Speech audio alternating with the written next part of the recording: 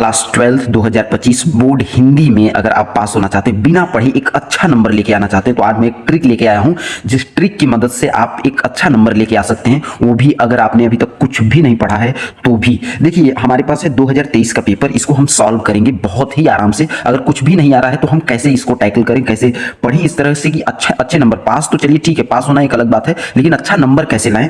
तो आपने कई सारा यूट्यूब पे वीडियो देखा होगा ट्रिक की, ऐसे इस तरह से लिखा जाए उस तरह से लिखा जाए, लेकिन आज मैं एक नए तरीके से बताऊंगा जहां पे ये ट्रिक 100% काम करेगी। देखिए जब हम जानते हैं कि हमारे पास ये समझना पड़ेगा कि हमारे पास जब कुछ भी नहीं आ रहा है, कुछ भी, तो हम कुछ भी अगर लिख दें तो नंबर नहीं मिलेगा। हमें कुछ इस स्ट्रैटेजी से लिखना पड़ेगा ताकि एग्जामिनर जो चेक करने वाला होगा वो नंबर दे।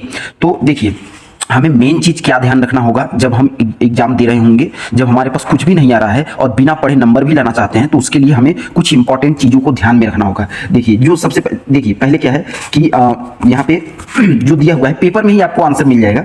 सभी प्रश्न अनिवार्य हैं, ठीक है। तो प्रश्न तो एक भी नहीं छोड़ना है, एक भी नहीं छोड़ना है, ये करना ही करना है। जितने भी प्रश्न होंगे, यहाँ पे मान लीजिए 23 तक है ना, तो 23 तक, ये 2023 का पेपर है, इसी के हिसाब से 2025 का जो पेपर आप सॉल्व करेंगे तो उसे आप टैकल करेंगे।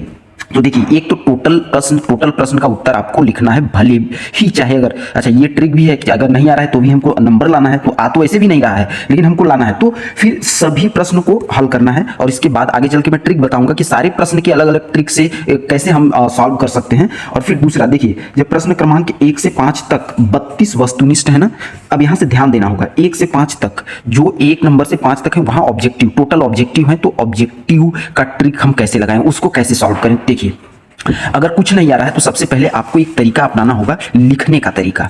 लिखने के तरीके में जैसे मैं बता रहा हूं उस तरह से आप लिखिएगा।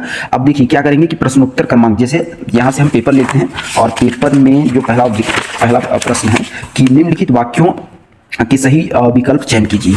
तो अब क्या करना है आपको कि आराम से पहले प्रश्नोत्तर संख्या 1 इस तरह से लिखना है। ये ऐसे कर लेते हैं, यहाँ देखिए 1 से मैं स्टार्ट कर रहा हूं, ठीक है। तो यहां से लिखने का तरीका यही अपनाइएगा, इधर उधर मत लिखिएगा, कचड़ा हो जाएगा तो फिर दिक्कत हो जाएगा।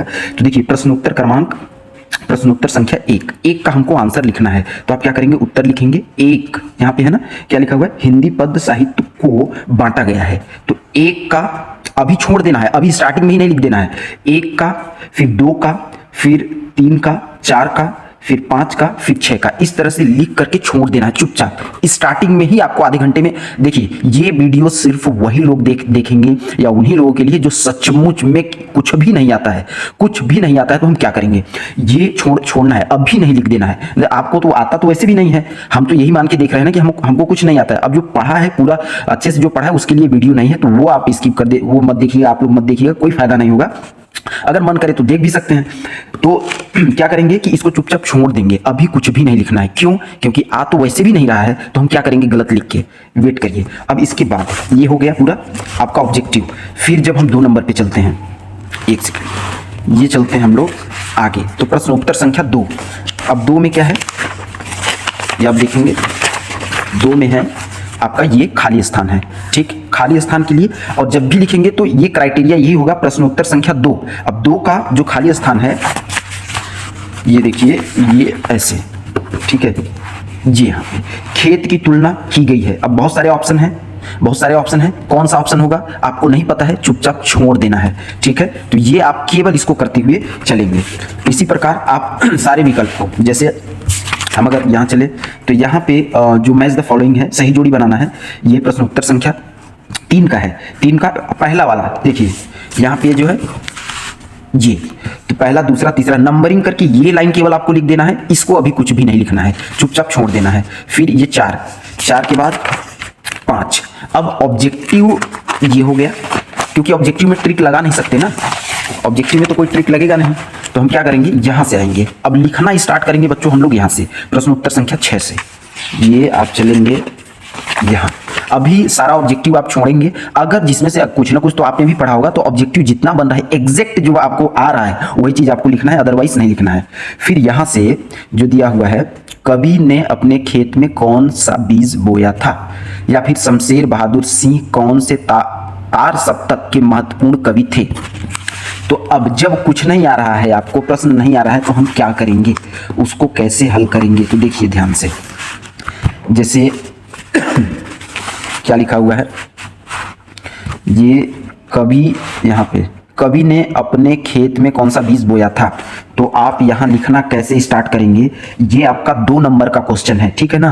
तो अब यहाँ पे जो ट्रिक है वो ट्रिक है कि 2 नंबर के क्वेश्चन जब आप यहाँ देखेंगे, ये फर्स्ट पेज पे तो आपको ये दिया हुआ है कि भाई 2 नंबर के जो क्वेश्चन होंगे, 2 नंबर कहाँ है, यहाँ पे 2 अंक, ये 30 शब्दों में लिखना है। तो 30 शब्दों के लिए यहाँ भी आपको जब स्टार्ट करेंगे तो आपको जो मन में आता है, स्टार्टिंग आपको कैसे करना है ये ध्यान रखिए। मन में क्या, जब अगर आपको कुछ नहीं आता है तो आप आंसर कैसे लिखेंगे, आंसर छोड़ना नहीं है, आपको आंसर लिखना ही लिखना है। तो अगर कुछ नहीं आ रहा है तो कवि ने अपने खेत में, ठीक है, आप यहां स्टार्ट करेंगे प्रश्न उत्तर संख्या 6 और 30 शब्द आप मतलब समझ लीजिए 1 2 3 4 5, एक लाइन में 5 शब्द लिखिए और 5 10 15 20 25 30। तो इस तरह से आप स्टार्ट करेंगे कि कवि ने, देखिए कवि ने दूर दूर अपने खेत में बहुत सारे बीज बोए थे। देखिए इस तरह से लिखेंगे। अब अगर आपको नहीं आ रहा है तो भाई उत्तर तो लिखना है, कवि ने अपने खेत में कौन सारे बीज बोए थे, कौन कौन सा बीज बोए थे, कौन सा बीज बोए थे, तो कवि ने अपने खेत में बहुत सारे बीज बोए थे। इस तरह से स्टार्ट आप करेंगे और इसको 30 शब्द तक लेकर जाएंगे एनी हाउ। अब 30 शब्द तक, फिर इसी प्रकार सारे क्वेश्चन को आपको करना है और एक एक लाइन छोड़ना है, ये यहाँ हो जाएगा, यहाँ हो जाएगा, यहाँ इतना लिखने के बाद फिर आपको 1 2 लाइन छोड़ के इस तरह से प्रश्न उत्तर संख्या 7 डाल देना है। ठीक, 7 के बाद जब आप चलेंगे आगे तो अब इस तरह से सारा 7 के बाद 8 9 10 18 तक। अब 18 तक में आपको ये ध्यान रखना है कि देखिए जो 3 अंक का है तो आपको जो मन करे वो हिंदी से रिलेटेड थोड़ा बहुत आइडिया तो होगा यार, ऐसा तो नहीं है, आपको 75 शब्दों में लिखना है। तो 3 नंबर वाले जो क्वेश्चन होंगे ना उनको 75 शब्द में आपको एनी हाउ लिखना ही लिखना है, ठीक है, नंबर मिलेगा जरूर। और फिर 20 से 23 तक 4 अंक के हैं जहां पे 120 शब्द लिखना है। ये आपको ध्यान रखना है कि 120 शब्द, अब उससे ज्यादा नहीं कि 300 शब्दों में लिख दें या उससे कम नहीं कि आपको 4 अंक का है 120 बोला है और आप लिख दें 50 शब्द 60 शब्द। फिर इसके बाद चलिए ट्रिक पे चलते हैं, आगे चलिए 19 पे। यहाँ 19 में आप ध्यान रखेंगे।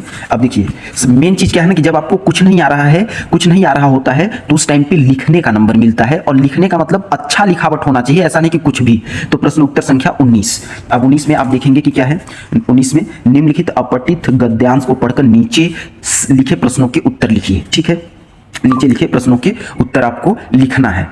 तो आप कैसे लिखेंगे देखिए, तो अब यहां पे जैसे लिखा हुआ है 19 नंबर ना, पद्यांश का शीर्षक, पद्यांश का सार, स्वतंत्रता को कवि ने दीपक क्यों कहा, ये 3 आपको प्रश्न दिए गए हैं। तो अब बाकायदे एकदम आराम से शीर्षक आप क्या लिखेंगे कि 19 में है घोर अंधकार, 19 है ना, ठीक है, ये है घोर अंधकार हो चल रही बयार हो आज द्वार द्वार पर दिया बुझे नहीं, यह निश्चित का दिया ला रहा विहीन है, शक्ति का दिया हुआ शक्ति को दिया हुआ भक्ति, ये सारा चीज है, ठीक है। तो शीर्षक में आप इसमें इसको बार बार पढ़िए। देखिए अगर नहीं आ रहा है तो ऐसे तो आप दिमाग लगा नहीं पाएंगे, एकदम से बनेगा नहीं। तो जो वर्ड बार बार आ रहा है, जो वर्ड बार बार आ रहा है शीर्षक में आपको वो लिख देना है। फिर इसके बाद क्या दिया है कि पद्यांश का सार लिखिए। तो सार आपको 2-3 लाइन में लिखना है। और देखिए यहाँ पे शीर्षक हो जाएगा, 1 लाइन छोड़िए और यहां से सारांश लिखिए। सारांश का मतलब कि 2-3 लाइन में कहीं से भी उठा के इसी के बारे में लिख दीजिए। फिर इसके बाद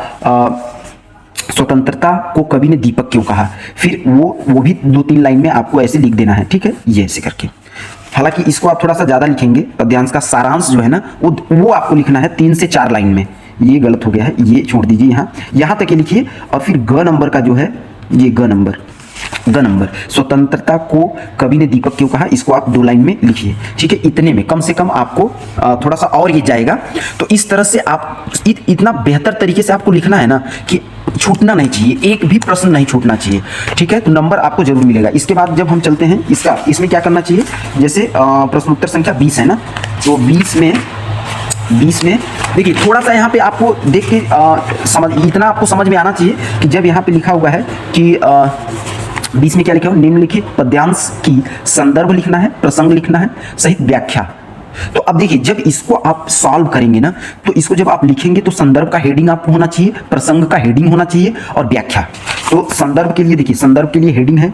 अब अगर कुछ नहीं आ रहा है तो अब एग्जैक्ट आंसर तो आप लिख नहीं पाएंगे। हेडिंग डालने से क्या होगा, ब्लैक कलर से बाकायदे हेडिंग डालिए, उससे नंबर मिल जाएगा आपको। और संदर्भ में लिखा क्या जाता है, प्रस्तुत काव्यांश हमारी पाठ्य पुस्तक। ये कहाँ से लिया गया है, ये जो कविता है ये लिया कहाँ से गया है, ये कहाँ से लिया गया है, ये लिखना है। प्रसंग में इसी का सार, इसी का 2 लाइन में आपको सार लिखना है। और व्याख्या में आप क्या लिखेंगे, देखिए व्याख्या में आपको क्या लिखना है कि व्याख्या में आपको समझाना है टोटल कम से कम 4 से 5 लाइन में।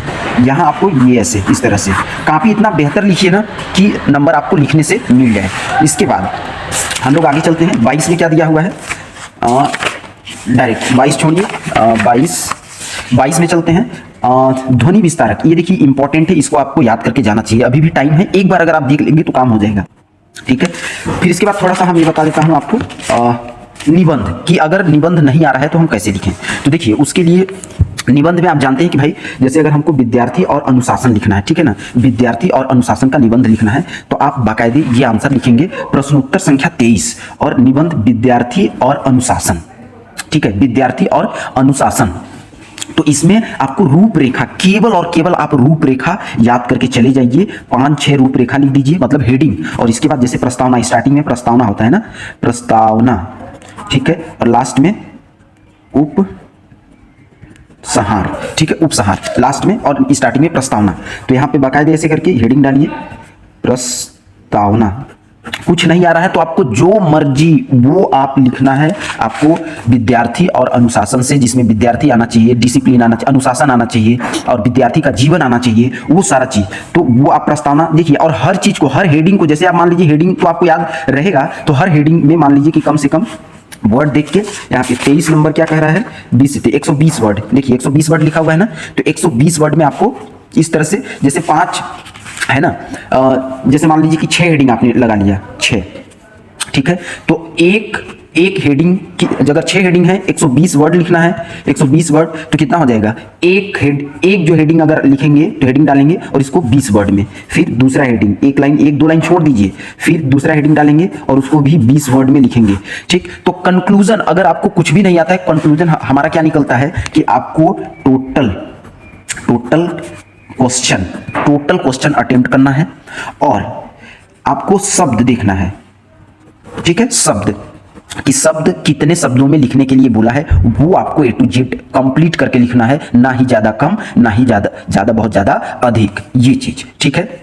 अब ऑब्जेक्टिव में देखिए, लास्ट में बताते हैं कि ऑब्जेक्टिव हम क्या करेंगे। तो देखिए ऑब्जेक्टिव में ऐसा कोई ट्रिक नहीं है जिससे कोई ऑब्जेक्टिव सही कर ले जाए, तो आपके पास 2 ही ट्रिक है। अच्छा, ऐसा होता नहीं है, लेकिन थोड़ा बहुत जब ये आप छोड़े रहेंगे, आपके पास ये देखिए, जैसे ये है ना, ये है, तो अगर आपने छोड़ रखा है, जैसे 1 का जो भी है, तो अगर मान लीजिए 1 का अ है तो इसको ऐसे लिख देंगे, 4 कालों में, तो लिखिए 4 यहाँ पे कालों में। लेकिन आप पूछेंगे कि नहीं आ रहा है तो हम कैसे लिखें, तो नहीं आ रहा है तो अब इसमें देखिए, या तो सब का अ लिख दीजिए, इसका भी 2 का अ, 3 का अ, 4 का अ, 5 का अ, 6 का अ, तो 6 में 2 या 3 का अ तो जरूर होगा, किसी का ब होगा, किसी का स होगा, किसी का द होगा, लेकिन अगर 6 है तो 2-3 का अ हो जाएगा, तो यहाँ से 2-3 नंबर आपको मिल जाएगा। अदरवाइज थोड़ा बहुत अगल बगल से भी जुगाड़ आप लगा सकते हैं, हालांकि ऐसा नहीं करना चाहिए, लेकिन मैं ऐसा रिकमेंड नहीं करूंगा कि आपको चीटिंग करना चाहिए। लेकिन भाई अगर कोई ऑप्शन नहीं बचा है तो थोड़ा बहुत इधर उधर हाथ पाँव तो आदमी मारेगा ही, और लोग करते भी हैं,